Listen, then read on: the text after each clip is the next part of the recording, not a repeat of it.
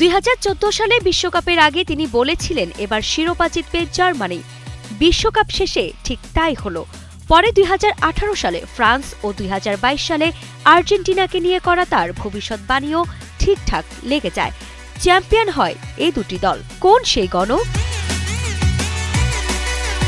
এবারও এমন ভবিষ্যৎবাণী করেছেন জার্মান অর্থনীতিবিদ জোয়াকিম ক্লেমেন্ট, যিনি একটি পূর্বাভাস মডেল ব্যবহার করে অনুমান করতে পারেন কার ঘরে যাবে শিরোপা।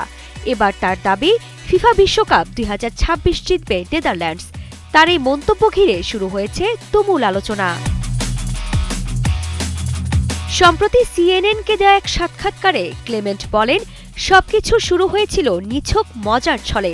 আমি দেখাতে চেয়েছিলাম অর্থনীতিবিদরা সবকিছুই ভবিষ্যৎবাণী করতে চায়, কিন্তু দুর্ভাগ্যজনকভাবে আমি টানা 3 বার ঠিক বলে ফেলেছি।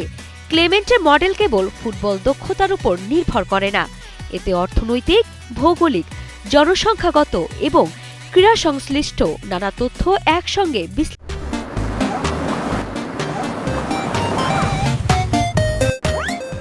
বিশ্লেষণ করা হয়।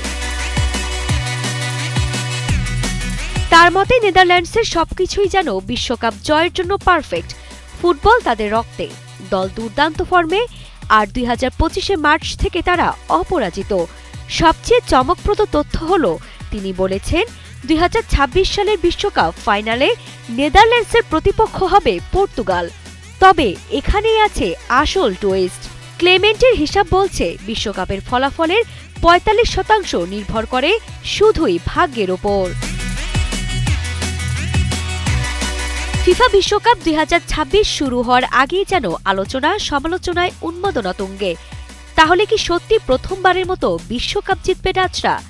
আবারও কি সত্যি হতে যাচ্ছে জোয়াকিম ক্লেমেন্টসের ভবিষ্যৎবাণী? নাকি শিরোপা জিতবে অন্য কোনো দল? তবে আপনার মতে এবার কে জিতবে বিশ্বকাপ 2026?